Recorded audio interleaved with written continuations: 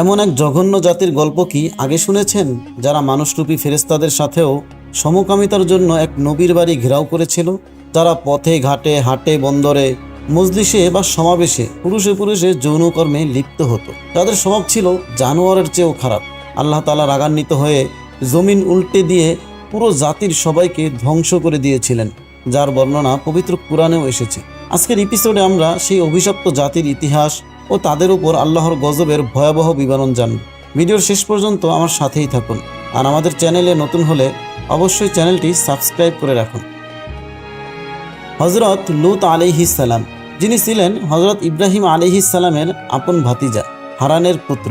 ইরাকের বাবেলে জন্মগ্রহণ করা এই নবী তার চাচার নবুয়তের প্রতি ঈমান এনেছিলেন।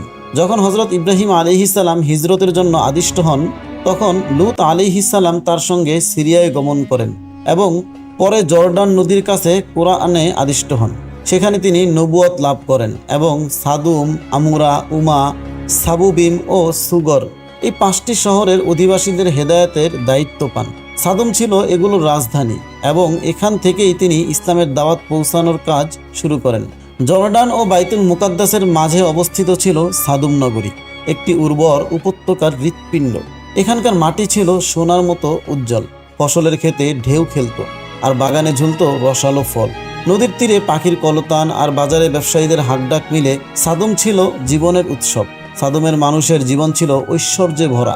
আল্লাহ তাদের ধন সম্পদ, ফল ফসল আর নিয়ামতের দরজা খুলে দিয়েছিলেন, কিন্তু এই প্রাচুর্য তাদের হৃদয়কে আরো কঠিন করে তুলেছিল। তারা আল্লাহকে ভুলে গিয়েছিল, তার শুকরিয়াও আদায় করেনি। পরিবর্তে তারা শয়তানের পথে হেঁটে পাপের সাগরে ডুবে যায়। তাদের অপরাধ ছিল নানাবিধ। সাদুমের মানুষদের অবাধ্যতা ছিল এমনই তীব্র যে তারা আল্লাহর একাত্মবাদকে প্রত্যাখ্যান করে শিরকে ডুবে গিয়েছিল। তারা মূর্তির পূজা করত, শয়তানের প্ররোচনায় পড়ে সব ধরনের পাপে মেতে উঠেছিল। তাদের অপরাধের তালিকায় ছিল জুলুম, অত্যাচার, লুণ্ঠন এবং সবচেয়ে জঘন্য সমকামিতা বা লুতিয়া, যা পৃথিবীতে তাদের আগে কোনো জাতি করেনি। এই পাপ ছিল শুধু গোপন কুকর্ম নয়, বরং তারা এটিকে প্রকাশ্যে উৎসবে পরিণত করেছিল। পুরুষরা স্ত্রীদের বর্জন করে পুরুষদের সঙ্গে কুকর্মে লিপ্ত হতো এবং এই নোংরামি তাদের রাস্তায়, মজলিসে, এমনকি দৈনন্দিন জীবনে ছড়িয়ে পড়েছিল। তারা পথিকদের লুট করত, তাদের সম্পদ কেড়ে নিত, এমনকি হত্যাও করত। একটি ছোট্ট ঘটনা। হজরত ইব্রাহিম আলাইহিস সালাম ও তার স্ত্রী সারার দাস আল ইয়াজরাকে সাদুমে পাঠানো হলো। সেখানে পৌঁছতেই একজন সাদুমবাসী তাকে বিদেশি ভেবে পাথর মেরে মাথা রক্তাক্ত করে দিল। এরপর সেই ব্যক্তি অবলীলায় বলল, আমার পাথরে তোমার মাথা রঙিন হয়েছে, এর পারিশ্রমিক দাও। এমন নির্লজ্জতা এখানেই থামেনি। তারা আল ইয়ারাসকে আদালতে নিয়ে যায় এবং আদালতে বিচারক রায় দেয় তাকে পাথর ছোড়ার পারিশ্রমিক দিতে হবে। চিন্তা করুন কেমন ছিল তাদের বিচার।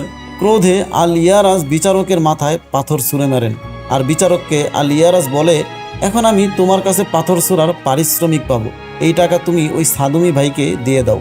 এবং এটা বলে আল ইয়ারাস সেখান থেকে পলায়ন করে। এই ঘটনা সাদুমের জুলুম, অবিচার আর নির্লজ্জতার চিত্র তুলে ধরে। তবে তাদের সবচেয়ে জঘন্য পাপ ছিল সমকামিতা। ধন ঐশ্বর্যে মত্ত হয়ে তারা লজ্জা, শরম, ভালো মন্দের জ্ঞান হারিয়েছিল। তারা এমন কাজে লিপ্ত হয়েছিল যা জন্তু জানোয়ারও সাধারণত করে না। পুরুষরা নারীদের ছেড়ে পুরুষদের সঙ্গে যৌনকর্মে জড়িয়ে পড়ে। এই পাপের জন্মদাতা ছিল তারাই, এবং এটি এতটাই প্রকাশ্য ছিল যে তাদের মজলিসে, রাস্তায়, এমনকি সাধারণ জীবনে এটি স্বাভাবিক হয়ে গিয়েছিল। কোরআনে আল্লাহ পাক এই পাপকে আল ফাহিশা বলে অভিহিত করেছেন, যা জেনার চেয়েও গুরুতর অপরাধ। খলিফা আল ওয়ালিদ ইবনে আব্দুল মালিক বলেন, যদি কোরআনে সাদুমের সমকামিতার কথা না থাকতো, আমি বিশ্বাসই করতাম না যে একজন পুরুষ অন্য পুরুষের সঙ্গে যৌন কাজ করতে পারে। হজরত লূত তাদের হেদায়েতের জন্য অক্লান্ত প্রচেষ্টা চালিয়েছিলেন। তিনি তাদের আল্লাহর একত্ববাদের দাওয়াত দেন, তাদের পাপ থেকে ফিরে আসতে বলেন। তিনি বলেন, তোমরা কি এমন অশ্লীল কাজ করছো যা তোমাদের আগে সারা বিশ্বে কেউ করেনি? তোমরা কামবশত পুরুষদের কাছে গমন করো, নারীদের ছেড়ে। তোমরা সীমা লঙ্ঘন করেছো। সূরা আরাফ। তিনি তাদের আল্লাহর শাস্তির ভয় দেখান, বলেন, আমি তোমাদের বিশ্বস্ত রাসূল, আল্লাহকে ভয় করো এবং আমার আনুগত্য করো, আমি এর জন্য কোনো প্রতিদান চাই না। কিন্তু তাদের হৃদয় ছিল পাষাণের মতো। তাদের নেতারা লূতের কথায় কর্ণপাত করেনি, বরং তাকে উপহাস করে বলতো, এদের তোমাদের জনপদ থেকে বহিষ্কৃত করো, এরা অতি পবিত্র হতে চায়। পবিত্র কোরআনের সূরা আরাফে এই কথাগুলো উল্লেখ রয়েছে। সাদুম সম্প্রদায় লূত আলাইহিস সালামকে দেশান্তরিত করার হুমকি দিয়েই ক্ষান্ত হয়নি, বরং তারা এমন কথাও বলে যার দ্বারা স্বয়ং আল্লাহকে চ্যালেঞ্জ করেছিল।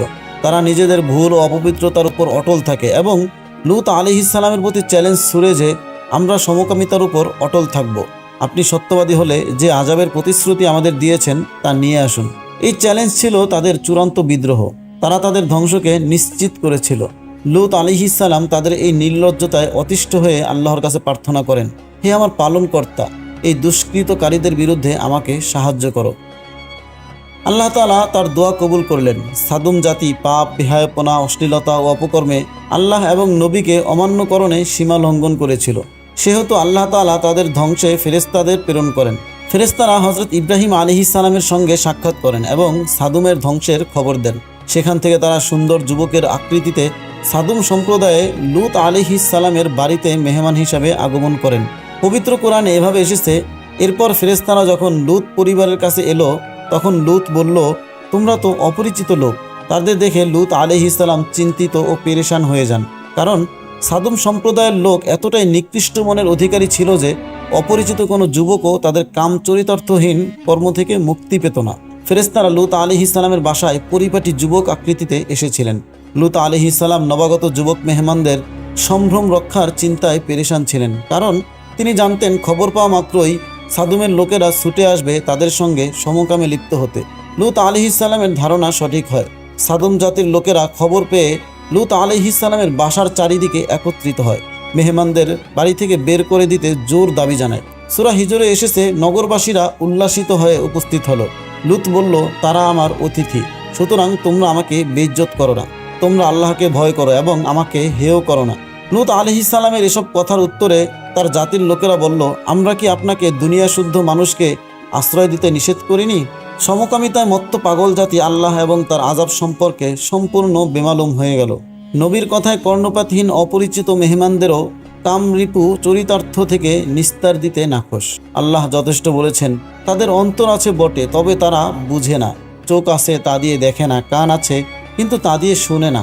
এরা পশুর মতো, বরং তার থেকেও নিকৃষ্ট। প্রকৃতপক্ষেই এরা কুকুরের থেকেও অধম। ফেরেশতারা লূত আলাইহিস সালামের পেরেশানি বুঝতে পেরে নিজেদের পরিচয় প্রকাশ করলেন এবং সাদুম সম্প্রদায়ের ধ্বংসের খবর দিয়ে তাকে শান্ত হতে বললেন। পবিত্র কোরআনে এসেছে, ফেরেশতারা বলল, হে লূত, নিশ্চয় আমরা তোমার প্রতিপালকের প্রেরিত ফেরেশতা। তারা কখনোই তোমার কাছে পৌঁছতে পারবে না। সুতরাং তুমি রাতের কোনো এক সময় পরিবার সহ বের হয়ে পড়ো এবং তোমাদের কেউ যেন পিছনে না তাকায়। অবশেষে গভীর রাতে হযরত লূত আলাইহিস সালাম তার পরিবারবর্গ নিয়ে সাদুম নগরী ত্যাগ করে। আল্লাহর আযাবের আগাম বার্তা হিসেবে সূর্যোদয়ের সময় তাদের প্রচণ্ড একটি শব্দ এসে পাকড়াও করল, যে বিকট শব্দ তারা এর আগে কখনো শোনেনি। শাস্তি হিসেবে প্রথমে তাদের জনপদকে উল্টিয়ে দেওয়া হয়। বর্ণিত আছে, আল্লাহর নির্দেশ পাওয়া মাত্র জিবরিল আলাইহিস সালাম তার পাখা সাদুম জনপদের তলদেশে এমনভাবে প্রবেশ করে, মহাশূন্য আসমান পর্যন্ত এমনভাবে উত্তোলন করেন যে সব কিছু আপন স্থানে স্থির ছিল, এমনকি পানিভর্তি পাত্র থেকে এক বিন্দু পানিও পড়েনি। এমন ভয়ঙ্কর পরিস্থিতিতে মানুষ, পশু পাখির বিকট চিৎকারে আকাশ বাতাস ভারী হচ্ছিল। জিবরিল আলাইহিস সালাম জনপদটিকে মহাশূন্য থেকে উল্টিয়ে আবার যথাস্থানে সজোরে নিক্ষেপ করে। বলা হয় যে এর কারণে সেই জনপদটি 400 মিটার মাটির নিচে চলে যায়। যারা আল্লাহর বিধানকে উল্টিয়েছিল, আল্লাহ তাদেরকে উল্টে দিয়েছেন। ভাবতে পারেন, মহাশূন্য থেকে মাটি চাপা দেয় তাদের কোনো অস্তিত্ব ছিল, কিন্তু এর পরেও আল্লাহর আযাব শেষ হয়নি। এবার তাদের উপর পোড়ামাটির কঙ্কর বর্ষণ করা হয়, যে পাথরগুলোতে বিশেষ ব্যক্তির নাম চিহ্নিত ছিল, যার কারণে পাথরগুলো নির্দিষ্ট ব্যক্তির উপরেই পতিত হয়েছে, যেমনটা কোরআনে এসেছে, এবং আমি তাদের উপর ক্রমাগত বর্ষণ করলাম প্রস্তর কঙ্কর, যা তোমার প্রতিপালকের কাছে চিহ্নিত ছিল। আর এভাবেই সাদুম জাতি দুনিয়ার বুক থেকে ধ্বংস হয়ে গেল এবং কিয়ামতের আগ পর্যন্ত তারা এক অভিশপ্ত জাতি হিসাবে চিহ্নিত হয়ে রইল। আল্লাহ পাক পবিত্র কোরআনে এই ঘটনা এমনি এমনি বর্ণনা করেননি, বরং এর পিছনে আছে বিশেষ এজেন্ডা। তিনি জানতেন, শেষ জামানায় এমন কিছু মানুষ নামের অমানুষ আসবে যারা সাদুম জাতির ঘৃণিত এই কাজে লিপ্ত হবে। তাদের জন্য সাদুম জাতির আযাব রিমাইন্ডার। সমকামিতা এক ধরনের নেশা। মদ, অ্যালকোহল এবং অন্যান্য নেশাদ্রব্য যেমন মানুষের সুন্দর জীবনকে বিনাশ করে, তেমনি সমকামিতাও মারাত্মক এক নেশার নাম। এই নেশা জীবন, যৌবন, দুনিয়া, আখেরাত সবই ধ্বংস করে দেয়। বুদ্ধিমান ব্যক্তি মাত্রই তা থেকে বেঁচে থাকা উচিত। প্রিয় দর্শক, আজকের ঘটনাটি আপনাদের কাছে কেমন লাগলো? ভালো লেগে থাকলে অবশ্যই চ্যানেলটি সাবস্ক্রাইব করবেন এবং লাইক কমেন্ট দিয়ে আমাদের সাথেই থাকবেন। দেখা হচ্ছে পরবর্তী কোনো এপিসোডে। ততক্ষণ পর্যন্ত ভালো থাকুন, সুস্থ থাকুন। আল্লাহ হাফেজ।